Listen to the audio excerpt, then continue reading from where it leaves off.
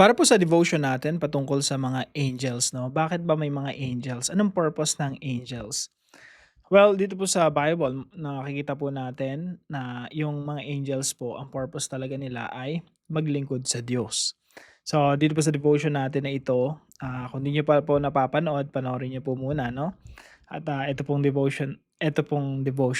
additional video na 'to, ito po ay in-depth study or dito ko po shine-share yung mga bagay na usually hindi ko po nashi-share sa 15-minute video. So, binigyan po natin ng diin sa devotion natin kanina 'no, yung purpose. Ilan sa mga purpose or purposes ng mga anghel. Number one po, angels attend to God's commands. Pangalawa po, angels announce God's message. At pangatlo po, angels assist God's people. So, makikita po natin sa buong Bible 'no na nagsusugo ang Diyos ng mga anghel para tulungan yung people of God. So, sa panahon pa lang ni Abraham, ni Lot, hanggang sa New Testament 'no, makikita mo talaga 'yun napakaraming beses lalo sa buhay ng mga Israelita sa Old Testament and then sa buhay ng mga apostol sa New Testament. Kung naalala niyo po si Pedro 'no, na kulong siya, pero pinalaya siya ng Diyos, nagsugo ng, anghel para palayain siya doon sa kulungan. So, angels assist God's people at makikita po natin sa Hebrews chapter 1 verse 14. Basahin ko po sa Tagalog. Hindi ba silang lahat ay mga espiritong naglilingkod na sinugo upang maglingkod para sa mga magmamana ng kaligtasan?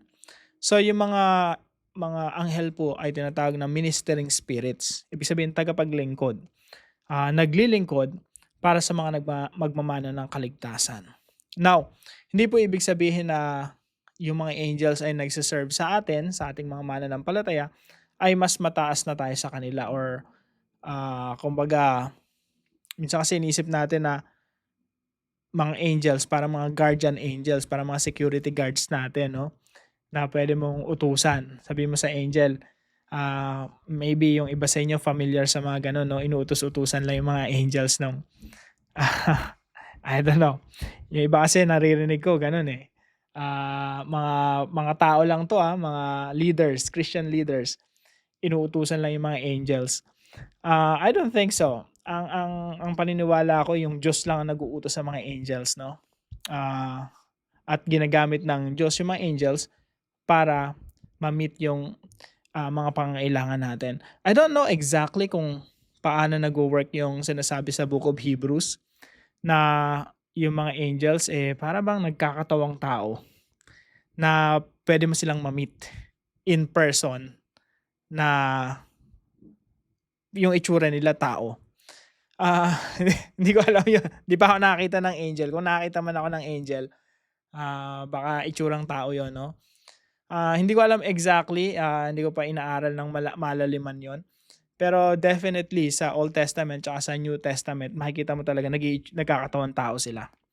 Um, sa panahon pa lang ni Abraham 'no, may mga bisita siya. Later na-realize niya yung mga bisita niya mga angels pala. Gano'n rin sa panahon ni Lot at, maraming pagkakataon sa Old Testament. So, hindi ko alam kung hanggang ngayon gano'n pa rin. Again, 'di pa ako nakakita ng mga anghel, pero kung nakakita na ako baka unaware ako, baka yun nag-itsurang tao lang sila. And hindi ko rin alam kung ba't naman ako makakita ng angel, for what purpose. Siguro 'pag kinailangan, depende kay Lord. Si Lord yung nakakaalam nun 'no. Ayan, basahin ko muna yung verse 'no, sabi dito, "Do not forget to show hospitality to strangers." Sabi po sa Book of Hebrews, maging mabait kayo, maging, yun patuloyin niyo yung mga dayuhan, yung mga walang matuluyan. Sabi nila, "Do not forget to show hospitality to strangers, for by so doing, some people have shown hospitality to angels without knowing it." 'Di mo alam 'no, anghel na pala yung pinapatuloy mo at, tinutulungan mo. Akala mo tao lang pero angel pala yun 'no. Hindi ko pa 'to naaaral ng malalim 'no, pero dito magkakaroon tayo ng hint na yung mga angels, nagkakatawang tao din. At least itsurang tao. So, Now, dumako po tayo rito sa Revelation chapter 19 verse 10. Dito na po tayo magwakas. Sabi po rito, si Apostle John po, no, nakakita siya ng matinding vision sa Revelation chapter 19. Yung vision niya about the Lord Jesus Christ. Now, yung tagapagdala ng vision na yun ay isang anghel. Kumbaga, yun yung pinaka-agent. Sabi dito, at this, I fell at his feet to worship him. Gusto niyang sambahin yung anghel. Pero, sabi dito, but he said to me, sabi ng angel sa kanya, don't do that. Don't do that. Huwag kang magpaterapa, huwag kang yumukod sa akin. Why? Because I am a fellow servant with you.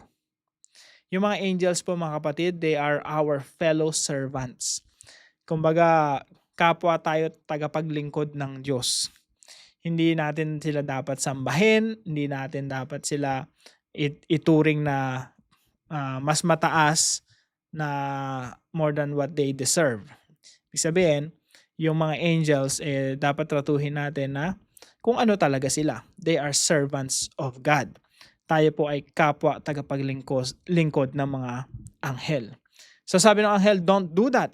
I am a fellow servant with you and with your brothers and sisters who hold to the testimony of Jesus.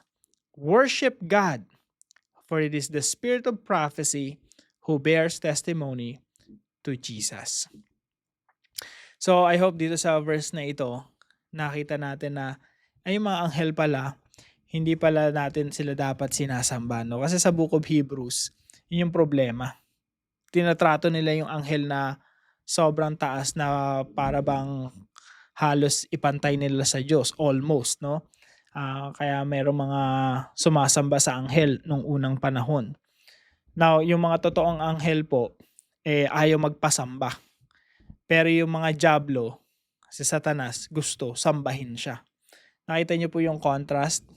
Si Satan po, nung tinukso niya si Jesus, isa sa condition niya para ibigay sa kanya yung mga kinahuhumalingan ng tao, no, para ibigay sa kanya splendor of and majesty of your beauty of the nations. Sabi ni Satan kay Jesus, just bow down and worship me. Just bow down. I will give you all this. Ibibigay ko sa lahat. Just bow down and worship me. Yun po yung fallen angel, no? Sila po yung mga nahulog na makakasalanang mga anghel, mga demonyo talaga, no? Yung mga tao po, mga kapatid, ingatan po natin yung ating mga sarili na tayo na ay pinaparangalan kaysa sa Diyos. Hindi po natin dapat kinukuha yung glory para sa Diyos, kinukuha natin.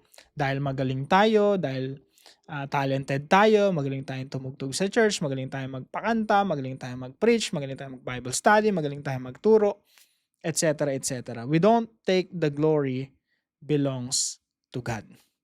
Kaya po tayo ay kapwa tagapaglingkod lang ng mga anghel. Kaya po kahit yung mga angels mismo, yung mga totoong mga anghel, no, hindi yung mga fallen angels, alam nila yung status nila. They don't get the glory that belongs to God. Ganun rin po nawa tayo, no? Huwag nating kunin yung kapurihan at angkinin natin para sa ating mga sarili. Sa halip, lagi nating luwalhatiin ang pangalan ng Diyos, lagi nating ibalik yung pasasalamat at pagpupuri sa ating Diyos. Yun lamang po, pagpalain po kayo ng ating Panginoon. See you po tomorrow 5 a.m. dito sa ating Daily Devotions.